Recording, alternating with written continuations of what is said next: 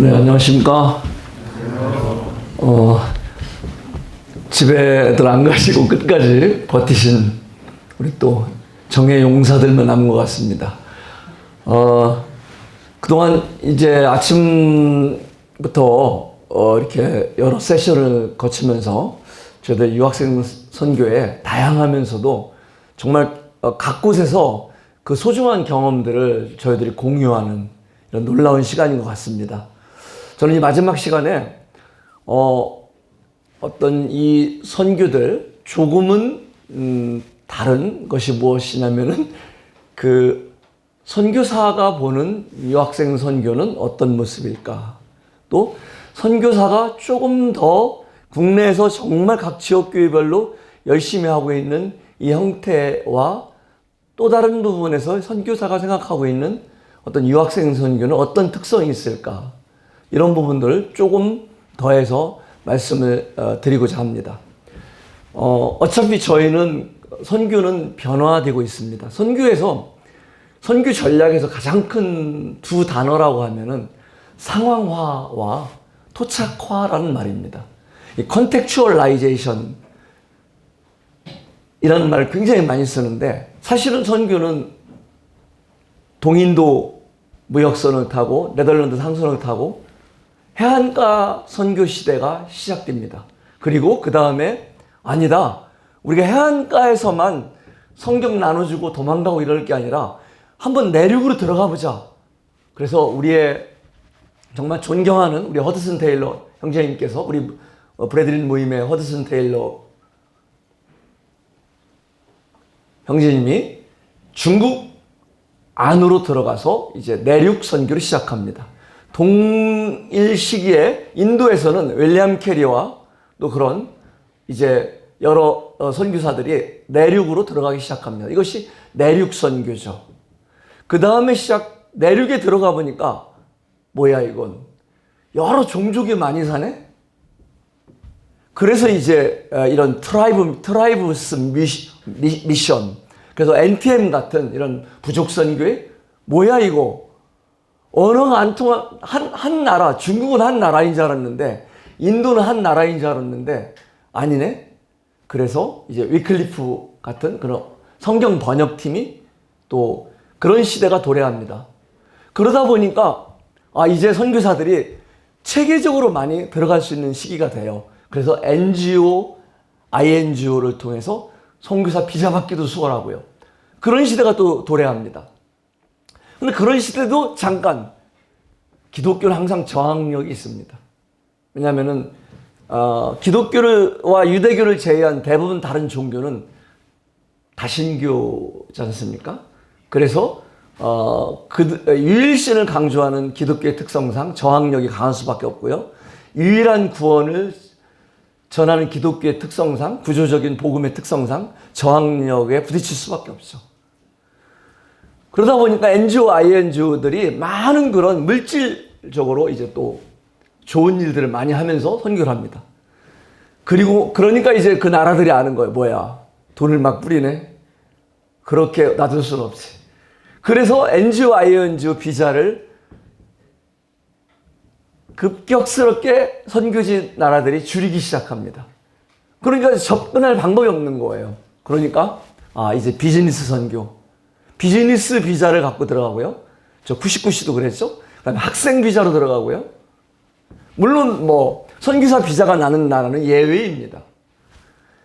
그렇게 변하는 상황에서 이제는 코로나라는 엄청난 또 정말 저희들의 문화를 짧은 시간 내에 3년 기간 동안 저희 문화를 바꾸는 코로나 기간을 겪게 되죠. 그러면서 여러 코로나의 포스트 코로나라고 하잖아요. 여러 그런 우리가 격동기에 살고 있지만은 그 중에 하나의 특성은 네트워크라는 거. 연결되어 있구나, 우리가. 질병? 인천공항에서 마스크 막 따따블로 쓰고 검사하고 못 들어와. 아무리 막고 또 막아도 코로나 막을 수가 없었어요. 심지어 뉴질랜드는 뱀도 못 들어와요. 뱀이 없다고 그래, 자칭 뱀도. 정말 철저하게 통제한 나라들조차도 코로나가 다 뚫었습니다. 저는 이런 시대적 변화를 보면서 유학생 선교도 굉장히 많은 네트워크가 속에서 좀 보았으면 좋겠다. 어떤 부산 연재교회 사역, 온골 송춘교회 사역, 인천 송도교회 사역이 아니라 우리 처음 발제하신 우리 전충환 형님께서 말씀하셨잖아요. 정말 미시오데이로 하나님의 선교로 접근해서 우리가 다 부분에 정말 연결되어서 한 파트 한 파트들을 감당할 수 있으면 좋겠다. 연재교회 사역으로 아웃풋이 자랑되는 것이 아니라 하나님의 열매로 자랑되었으면 좋겠다. 이런 생각들을 해보는 거예요. 비교하고 결과들을 보고 이렇게 되면은 한국 선교가 그랬던, 해외 선교가 그랬던 것처럼 중복 투자, 그 다음에 경쟁, 그 다음에 시기, 국내에 들어와서는 각각 다른 보고, 또 선교지의 선교사들의 불화, 이런 것들이 똑같이 유학생 선교사에도 앞으로 10년, 20년이 지나면 불보듯 뻔한 이런 일들이거든요. 왜 그런지 아시죠? 한국은요, 파이오니아입니다. 개척 엄청 잘해요. 사계절, 군대 갔다 왔고 대부분 엄청 개척자들이에요. 이건 해외 선교, 해외에서 우리의 평가하는 기준입니다. 그런데 동역 못합니다. 둘이 모이면은 비교되고요. 셋이 모이면은 따로따로 이야기한다잖아요. 정말 일본 사람들이 이런 걸 붙이셨다고 하지만은 사실, 저 개인적인 이야기가 아닙니다. 이미 한국 교단에서는 많은 교단들이 우리 한국 선교를 뒤돌아보자. 거기서 첫 번째 나온 것이 하나가 이런 것들이에요. 네트워크를 구성하지 못하고 각계 전투로 가고 경쟁하고 시기하고 나중에 서로 싸우고 그런 소중한 자산들이 우리는 시작 때부터 저는 좀 네트워크로 갔으면 좋겠다. 유학생 사역은 좀 네트워크로 갔으면 좋겠다. 그런 부분에서 제가 이런 제목을 준비를 해봤습니다. 그래서 또 하나는 좀 더 구조적으로 보자. 유학생들과 유학생들과 그들이 올 때 그들의 나라에서 현지 에이전시와는 어떤 관계가 있는가? 그 다음에 유학생들과 한국의 대학 단체들과는 어떤 관계가 있는가? 그리고 유학생들이 왜 한국에 오면은 알바를 해야 되나? 유학생들이 크게 몇 가지 타입이 있는데요. 하나는 대학원 과정으로 장학금을 받고 오는 사람들이라든가 국가 장학금 받고 오는 사람들은 돈 걱정 안 해도 됩니다. 그 사람들은 정말 시간 많아요. 그런데 아주대 이런 아까 몇 건 대학들이 있지 않습니까? 연세대라든가 이런 서울에 있는 서울 경기 지역에 있는 일부 대학들을 제외하고는 사실은 공부하러 오는 유학생보다는 특히 지방으로 내려올수록 생계형 유학생이 많다는 거예요. 그래서 그들과 알바는 무슨 관계가 있는지, 그 다음에 유학생들과 지역교회는 어떤 관계가 있는지. 지역교회는 이렇게 복음 전할 대상으로. 네, 좋습니다. 그 다음에 유학생들과 타문화. 정말 제가 우리 한국 곳곳에서 이렇게 열심히 하시는 이 모습을 너무 감사하고 감동이 되고요. 다만 하나 더 제가 추가로 부탁드린다면은 이 선교사가 보는 어쩜 시선이라 할까요? 타문화를 좀 더 이해해 줬으면 좋겠다. 타문화. 그리고 떡과 옷이 되는 것. 복음을 교리적으로 전하는 것도 있고요. 정말 아까 여러 차례 우리 나왔지 않습니까? 우리가 그들에게 떡과 옷이 되어지면서 사랑의 실천으로 전하는 그 복음들. 이런 것들도 한번 생각해 봤으면 좋겠습니다. 먼저 현지 에이전시입니다. 국내 유학생들이 대학원 과정은 스스로 인터넷 통해서 신청하고 장학금을 받고 그렇게 국내 대학과 계약해서 비자를 받고 올 수 있습니다. 대학원이 아닌 학사과정이라든가 학사과정도 두 가지가 있어요. 하나는 어학원 과정 1년 플러스 4년 대학을 하는 대학과정을 오는 정말 우리 러실라 같은 그런 케이스예요. 두 번째로는 일반 학사과정을 오는데 일반 학사과정 1학년으로 오면은 비자가 거의 안 나옵니다.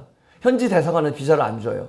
그래서 그거를 편법을 국내 대학들이 뚫기 위해서 영어 과정을 만듭니다. 이런 몇 가지 타입이 있는데 어쨌든 이들에게는 다 대학원생들을 제외하고는 에이전시와 연결되어 있다. 국내 대학과 에이전시는 MOU를 한다. 그리고 작게는 500만 원, 많게는 800만 원까지 그 비용이 들어간다. 그래서 네팔 같은 경우는 보통 600에서 800만 원을 내요. 처음부터 빚을 내고 온다는 거예요. 여기서부터 우리가 이해하지 못하면은 왜 쟤네들은 죽게 사랑으로 보살폈는데 다 도망가지? 예. 제가 볼 때는요, 짠한 거예요. 왜냐면 빚 갚아야 되거든요. 슬픈 사실이에요. 아까 말씀드린 대로 제가 여러 트랙이 있다고 그랬습니다. 이것이 다는 아니에요. 근데 제가 말하는 것은 생계형 트랙을 말해요. 지방에 크게 이름이 없는 대학에 다니는 대학생들은 대부분 생계형 트랙입니다. 그래서 그들은 처음부터 빚을 받고, 빚을 지고 오고요. 그걸 뚫기 위해서 IELTS 5.5를 이상을 맞아야 돼요. 왜냐면 영어 대학 4년을 영어 수업을 하는 대학들을 들어오기 위해서는 IELTS 5.5, 그 다음에 그 GPA가 3.0, 우리 평균 3.0 이상이 돼야 돼요. 네팔 같은 기준으로 해서는 퍼스트 디비전이 돼야 돼요. 여기에 그전에는 2.8 이상이었는데 다시 최근에 지난달부터 이게 바뀌었어요. 그래서 이런 조건들이 다 있습니다. 그래서 우리 부산의 영산대학도 이런 것들을 에이전시와 계약하고 우리 UL 랭귀지 센터라는 에이전시와 계약해서 이렇게 한 학기, 매 학기에 20명씩 이상씩 들어오는 것입니다. 국내 대학들은 어떨까요? 제가 다 지금 연대 이런 데 이야기하는 거 아닙니다. 지방에 있는 대학들이에요. 정말 치열한 대학 경쟁력, 언제 문을 닫을지 모르는 이런 상황입니다. 교직원들도 정말 언제 그 월급이 제대로 못 나올 수도 있는 상황이에요. 이런 상황에서 상당히 그 대학 그 유학생들 유치 정책은 굉장히 중요한 정책이에요. 그래서 이들은 정말 해외로 나갑니다. 나가서 MOU를 맺고요. 그리고 그들이 들어오면 기숙사 생활을 거의 합니다. 거의. 그리고 이 비자 신청을 해당 대사관에서 비자 신청했을 때 학생 비자가 날 수 있도록 정말 고민을 많이 해요. 왜 아무리 그 대학에서 합격시켜도 예전 네팔 주재 한국 대사관에서 비자를 안 주거든요. 그래서 그 대학들은 그걸 뚫기 위해서 영어 과정을 만듭니다. 영어 과정을 만들면은 네팔 주재 한국 대사관에서는 영어를 IELTS 5.5 이상이면은 도망가지 않겠다 판단을 하는 거예요. 이런 부분들. 그리고 비자 사고율 관리를 엄청 신경 씁니다. 앞으로는요, 얼마 전에 그런 기사가 있었어요. 대학단체에 체포조 생겼다, 체포조. 예. 도망가는 사람들을 색출한다. 그동안은 출입국관리사무소에서 했다면 이제는 대학, 자기들이 사고율이 높으면은 비자 티오가 줄어들거든요. 지금 한 대학생, 유학생을 50명 이상 한 학기에 50명 이상 데려오지 말라고 이렇게 줄어들었습니다. 이런 것들이 계속, 왜냐면 너무 갑작스럽게 지금 작년에 기준으로 23만, 25만 가까이 돼요. 그런데 이제 올해 같으면 벌써 또 늘었을 거거든요. 너무 급속도로 늘어나니까 이렇게 좀 조정을 하는 것 같아요. 그리고요, 또 하나 대학단체들의 고민이 뭘까요? 기숙생활을 해야 되고 비자 사고율을 막아야 되는데 신천지라든가 무슨 구원파 이런 이단단체들이 며칠씩 데리고 와서 캠프하는 거예요. 아무 어떤 신청서도 없이 그 기숙사 책임자의 허락도 없이 며칠간을 비우는 거. 그리고 정기적으로 일요일만 되면 나가는 거예요. 굉장히 신경 쓰이는 일이에요. 그래서 어떤 데들은 그런 거 철저히 관리하는 데가 있고 어떤 데들은 일요일만 관리하는 데가 있고 그래서요. 우리가 어떤 생각을 여기서 해야 되겠습니까? 이 캠퍼스에서 유학생을 만나는 것도 좋지만은 그 대학에 우리가 아무도 모르는 상황이라면 ISF 같은 그런 우리가 단체도 없다면은 교직원도 우리가 교수님도 없고 교직원도 없다면은 우리는 어떻게 그냥 아이들한테 과자 나눠주고서 교회 나오라 했을 때 이런 것들을 설령 5명, 10명이 계속 기숙사에서 빠져나간다면은 기숙사 책임자들은 삑삑삑 알람이 울리는 거예요. 부산연제교회가 어떤 교회지? 예, 이런 부분에서 저희들이 이런 CBF 같은, 아니 우리가 ISF 그런 단체도 아까 인천 송도의 사역 통해서 들었지 않습니까? 이런 것들이 사실은 상당히 보호막이 되어질 수 있습니다. 유학생들 알바, 생계형. 제가 다시 한번 말씀드립니다. 공부하러 온 사람들은 신경 안 써도 돼요. 왜냐면 부자들이 있어요. 자비로 딱딱 100% 자비 내고 여유있게 온 사람도 있습니다만은 저는 대부분의 생계형들을 만나거든요. 왜냐면 그분들은 만나기도 어려워요. 생계형들을 만날 때는 알바예요. 그런데 알바 자리가 없는 지역에 에이전시가 수수료를 많이 주니까 대학단체에서 저 막 무슨 군 무슨 면 이런데 대학 이런데 애들이 도망가요. 제가 네팔 같은 오죽 에이전시를 알거든요. 그래서 에이전시한테 기왕이면 부산으로 보내, 기왕이면 영산대로 보내. 해운대구야, 해운대구. 알바짜리 널렸어. 무슨 군 무슨 면 안 된다 여기. 알바를 못하면 빚을 어떻게 갚을 거예요? 그리고요, 알바에도 시간 제한이 있어요. 그냥 맨날 알바하는 게 아닙니다. 토픽 상급을 봐야만 학부 과정은 최대 20시간 알바할 수 있고요. 토픽 4급을 보면은 30시간 알바할 수 있습니다. 대학원생들은 6개월 어학연수로 오면은요, 6개월 이후에 25시간 알바할 수 있어요. 여러분, 유학생들이 와서 한국어 배우고 싫겠어요? 나는 한국이 좋아요. 이런 한국어보다 더 필요한 게 뭘까요? 토픽 시험 합격하는 거예요. 근데 우리는 그걸 모르고 여기는 부산입니다. 부산은 해상 도시입니다. 관심 없어요, 사실. 부산 해상 도시인가 나하고 무슨 상관이야. 물론 장기적으로 그런 언어가 필요합니다. 그런데 그들의 관심은 토픽 시험. 저도 몰랐어요. 저도 이제 10년 가까이 유학생 사역을 했는데도 저희는 뉴라이전에서 20년 학교 사역을 했기 때문에 러실라가 4학년 때인가 5학년 때부터 러실라를 알아서 지금 저렇게 다 큰 처녀가 됐는데 한국 10년 차예요. 그런데 이번에 부산대학을 지난번에 러실라가 가가면서 저희들 앞에 유학생들이 그런 얘기를 안 해요. 부산대에서는 부산연제교에서는 한국어 교실을 열심히 만들었는데 러실라한테 하는 건, 러실라와 자기들끼리 하는 얘기는요, 토픽 시험 어떻게 보는 거예요? 우리 알바해야 되거든.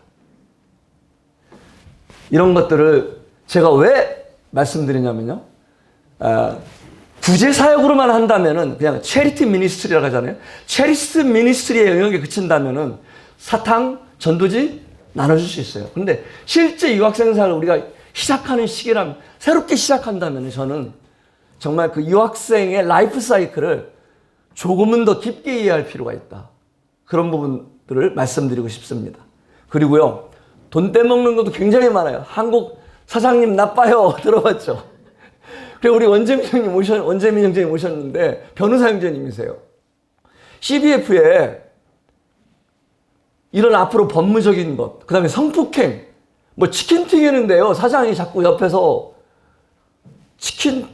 괜히 치킨 튀기는 우리 여학생들 앞에 와서 방해하는 거예요. 근데 이들은 이야기를 못해요. 직장 잘릴까봐. 알바 때문에. 그런 얘기를 여러분 교회에 하겠습니까? 관계가 없는데? 안 하죠. 그런 아픔은 우리가 정말 적극적으로 도와줘야 돼요. 돈 떼인 것도 많아요. 나쁜 사장님도 많거든요, 한국 사람이. 이런 경우 우리는 어떻게 이들을 이해할 것인가? 유학생들과 지역교회, 한국어 교실 좋습니다. 그런데 토픽 알바와 좀 연결시키는 것도 중요하다. 그리고 부탁드리는 것이 좀 타문화를 이해해주고 존중해달라. 타문화는요, 좀 더 자세히 말씀드리겠습니다.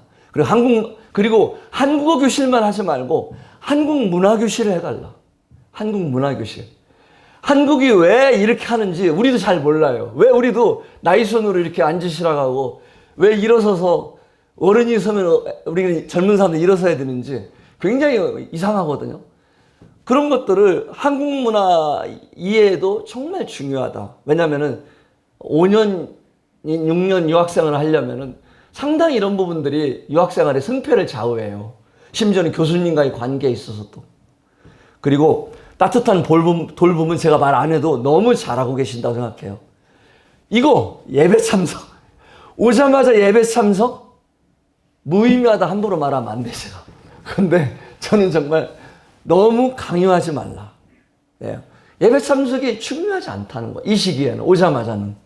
그리고 전도도 좀 자원하는 사람만 했으면 좋겠다. 교회에 오면은 그 다음에는 전도 또 보따리 풀겠지. 그리고 알바 정보도 사업하시는 분들이 많이 계시잖아요. 그 나쁜 사장님 만나는 것보다 혹시 사업하시는 사장님들, 우리 형제자매님들 계시면은 알바도 좀 적극적으로 했으면 좋겠다. 지역교회에서는요, 한국 문화로만 생각해요. 제가 너무 당황한 적이 있는데, 어떻게 밥을 남기냐고. 너네 나라 그러니까 가난한 거야. 우리는 이해를 못해, 그런 거. 내 그 밥그릇 보면서 내 그 밥그릇 봐. 밥풀 하나 있어 없어? 다 먹어 그러는 거예요. 제가 장명진님인데 그 형제님이 밥 사줘서 너무 고마운데 사과했어요. 저기한테 미안하다. 이거는 사랑의 표현인데 어쩌면 이분들도 너무 어려운 시기에 커서 이렇게 말했을 거야. 용서해달라. 이런 실수를 많이 해요. 그리고요, 인격적으로 존중을 더 원하지, 그까지 돈 10만 원, 10만 원 찔러주는 것보다 인격적인 존중을 더 원해요. 그들이 원하는 거는. 그래서 긍휼 사역으로 생각하지 말라는 거예요. 돈 있는 나라가 베푸는 사역으로 생각하면 오해라는 겁니다. 자존심이 얼마나 강한데. 네팔 신라도 자존심이 있어요. 왜 이러세요? 쟤는 화장실 가서 울어요. 먹지 못한 음식 막 주거든요. 네팔 사람들한테 회를 주면은요, 비싸다고요. 한국에서는 이거 6만 원씩이야 1인분. 화장실 가서 토해요. 제가 등 두드려줬어요. 소화제 사다 주고. 이게 이제 다는 아닙니다만은 그 타문화를 고려하지 못한 거예요. 또 하나는 너무 전도 목적이 노골적이에요. 너무 직접적이고 너무 목적적이에요. 그들이 생각하는 건 종교 개종을 강요한다고 생각할 수 있습니다. 이거는 불법입니다. 물품이나 금품을 사례로 종교 개종을 강요하면 대한민국에서 불법이에요. 제가 알기로는. 전 세계적으로 불법입니다. 그리고 죽게 가르쳤는데, 죽게 사랑을 베풀었는데, 죽도록 아니고, 정말 최선을 다해서 우리 교회가 사랑을 베풀었는데, 다 도망가, 이것들. 배은망당한 것들. 그렇게 생각하지 마시고, 생계형이다. 저는 뭐 말씀 따라하라고 하지 않겠습니다. 이거 한번 따라해 볼까요? 생계형이다. 네. 그 생계형의 그 진한 아픔을 이해해 줬으면 좋겠어요. 유학생들이 생각할 수 있는 타문화권에서 한국이 발달됐다고요? 그래도 타문화권이에요. 타문화권 속에서 기독교의 부정적인 생각들은 어떻게 들까요? 이거는요, 식민지 제국주의적 문화라고 생각할 수 있어요. 그렇게 교육을 받아요. 해당 선교지에서. 너무 강압적이다. 두 번째, 선진국의 물질 중심의 포교다. 지나치게 여러분 서비스 해주는 거 크게 좋은 것만 아닙니다. 그 물질보다 더 중요한 것은 그들의 손을 잡아주고, 정말 마음 속에서 우러가는 사랑. 그리고 동등하게, 한국 성들과 동등하게 인정해주는 동등감. 이런 것들이 상당히 중요합니다. 그리고요, 자신들의 전통과 민족 문화를 파괴한다고 생각해요. 또 하나는 종교 중에 하나인데 왜 이렇게 배타적으로 우리를 무시하냐. 이런 생각을 유학생들이 열이면 열 하고 있다는 걸 생각해야 돼요. 여기서부터 출발하지 않으면은 립 서비스로 제가 한 번은 서울의 한 모임에 네팔 형제가 침례받았다고 해서 그 교회 방문했는데 장로님들이 같이 밥을 먹게 해주셨어요. 네, 그랬어요. 저 침례받기 전이에요. 그래서 제가 그랬어요. 모든 사랑을 다 받아줘도 좋은데 구원은 받아주지 마. 구원은 받아야지. 구원은 그 사랑에 감복해서 받아주면 안 돼. 그런데 구원을 받아주더라고요. 그리고 네팔에 돌아왔어요. 서울에 있는 큰 모임이에요. 그런데 네팔에 와서 그 교회 성도들이 와서 누구 우리 잘했나 찾아보더라고요. 근데 그 전에 무슨 일이 있었는지 알아요? 네팔에 돌아왔으니까 네팔 교회에 나가야지. 저 한국 또 가고 싶어요. 저 교회 나가기 싫어요. 근데 침례는 왜 받았어? 사랑에 감동해서 받았어요. 거절할 수 없어 받았어요. 두 가지 이유입니다. 이게 선교사가 보는 조금은 다른 생각들입니다. 유학생들과 타문화. 그들의 행동 양식은요, 그냥 나온 게 아니라 신념과 가치관으로부터 나오고요. 신념과 가치관은 세계관으로부터 나온다는 거예요. 예를 들자면은, 오자마자 네팔에 소고기를, 비빔밥을 줬다. 먹어. 괜찮아. 한국에 비싼 거야. 근데 네팔에서는 소는 엄마 같은 존재예요. 힌두에서 신은 소의 날이 국가공휴일입니다. 국가공휴일, 네팔에서도. 지금 21세기에도 소의 날을 국가공휴일로 섬기고 있는데 소고기를 막 먹어요. 비싸다고. 그리고 뭐라고? A 스페셜 플러스? 투풀? 이래가면서. 근데 그들이 어떤 생각을 할까요? 그들이 종교적 신념, 사회문화적 경험은 토할 것 같은 거예요. 그리고 힌두교의 세계관에서는 불가능한 겁니다. 이것들이 사랑을 베푸는 것과 그들의 문화 속에서 시작하는 것과의 차이를 우리가 인식하지 않으면은 우리 정성과 사랑으로만 생각하고 일방적으로 그들에게 주입할 수 있다는 이런 부분을 생각해 볼 수 있습니다. 유학생 전도는요, 저는 네트워크라고 생각합니다. 현지 선교사들이 정말 많이 필요해요. 저는 은퇴 선교사의 처리를 위해서 어떻게 그들을 노후를 할 건가 이런 걱정보다는 재배치했으면 좋겠다. 은퇴 선교사들이 국내에 들어와서 얼마나 할 일이 많은지 몰라요. 왜냐? 그 선교지의 문화를 압니다. 언어를 알고요. 그러니까 그들을 가장 잘 이해하는 사람들이에요. 그들을 보고 눈물을 흘릴 수 있는 사람들이에요. 그들을 보고 한 달 자기 급여를 다 털을 수 있는 사람들이에요. 그러니까 그 선교사들이 여러분 유학생 사역을 하는 곳에 방문하셔서 한번 조언을 들어보십시오. 도움을 요청해 보세요. 그런데 그 선교사도 한계가 있습니다. 그래서 저는 러실라 같은 또 현지인들을 데리고 갑니다. 러실라, 러비나 지금 한국 10년 차들입니다. 제가 러실라한테 그런 프로젝트를 줬어요. 신라야. 한번 유학생들이 10년 전 기억으로 생각해서 들어왔을 때 가장 어려웠던 게 뭐야? 너가 한국생활 길라잡이라고 가이드북을 하나 만들어보자. 어플리케이션으로. 그래서 CBF 장학회에서 한국생활 가이드북을 러실라가 컨텐츠를 전부 만들었어요. 러실라와 러비나 유학생들이. 그들이 필요했던 그것들을 갖고 또 어플리케이션 제작회사에서 제작을 해봤습니다. 그런 것들을 정말 공유했으면 좋겠어요. 왜냐면은 이게 지금 송도교회나 대덕교회나 어떤 온군, 송천 따로따로 이렇게 하지만은 우리가 함께 공유할 수 있는 것들. 그 다음에 CBF라는 또 이런 공유할 수 있는 것들. 그게 바로 저는 포탈이고 포탈 서비스와 같고 마치 플랫폼과 같다고 생각합니다.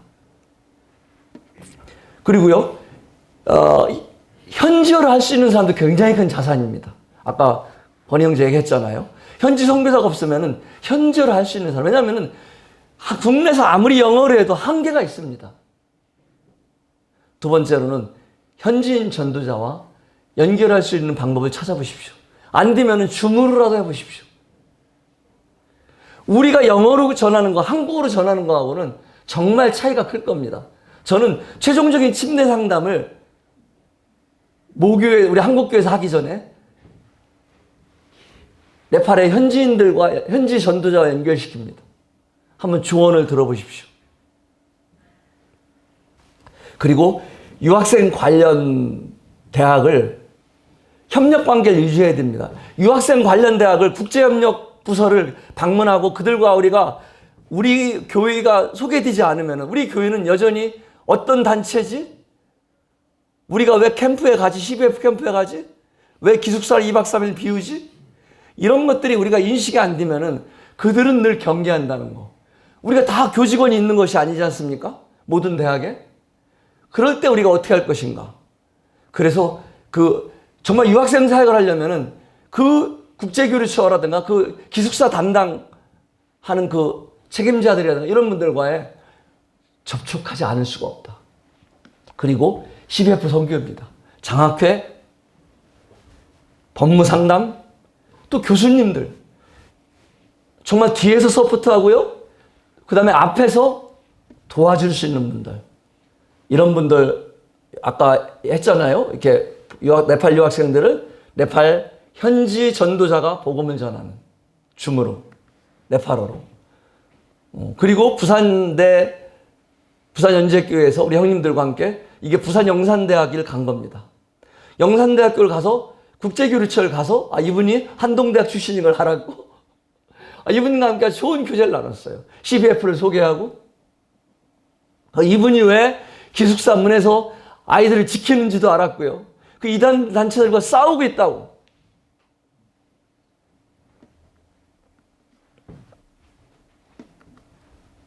CBF 장학회는요, 그냥 장학금만 주고 싶은 단체로 일하고 싶지는 않습니다.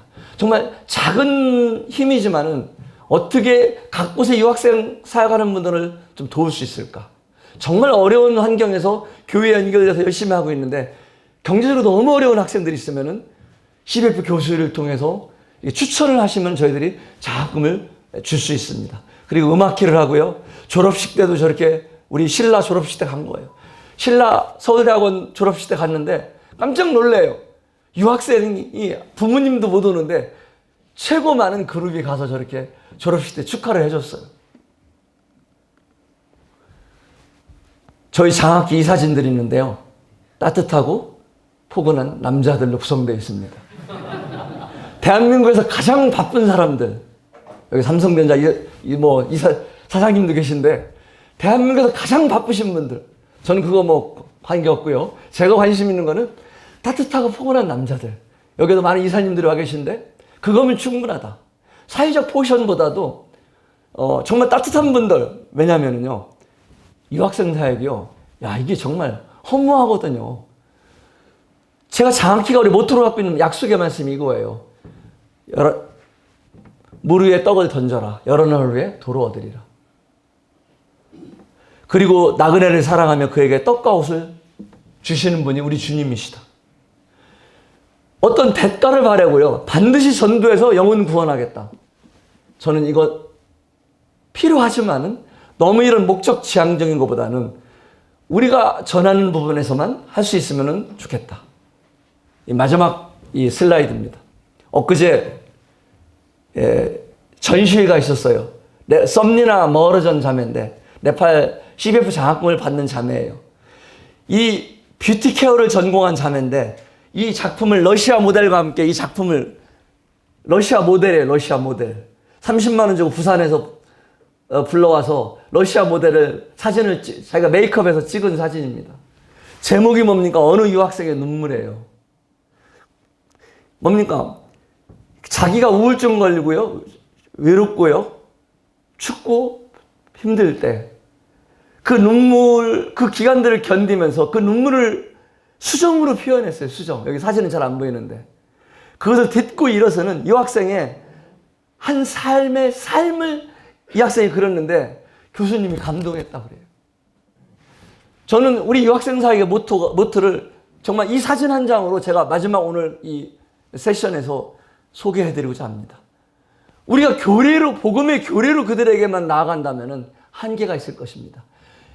유학생 전략회로만 나간다면 우리에게 또한 한계가 있을 것입니다. 정말 먼저 저는 그들을 이해하고 그들이 갖고 온 문화, 그들을 존중해주고 우리가 돈을 주기 전에, 맛있는 걸 사주기 전에 그들을 이해해 줄 수 있다면 너 메뉴 한번 골라봐. 시간이 많이 걸리는데요. 이렇게 이건 짜장면이라 하는 건데 이렇게. 이런 우리의 노력을 그들이 더 밥 10만 원, 20만 원 사주는 것보다 그런 것도 굉장히 이들이 속으로 고마워할 것이라 생각합니다. 유학생 선교는 절대 혼자 감당할 수 없습니다. 협력 선교입니다. 그리고 그 누구도 그 어느 한 지역교회도 혼자 감당 안 됩니다. 한 부분을 맡는 것 뿐입니다. 이런 부분에서 우리 한국 모임이 첫 포럼을 오늘 가졌는데 굉장히 큰 의미가 있다고 생각합니다. 그래서 우리가 이런 네트워크 속에서 정말 전국 교회가 저는 도움을 요청하고 또 돕고 좀 공유하고 이런 자리를 계속해서 가졌으면 좋겠습니다. 감사합니다.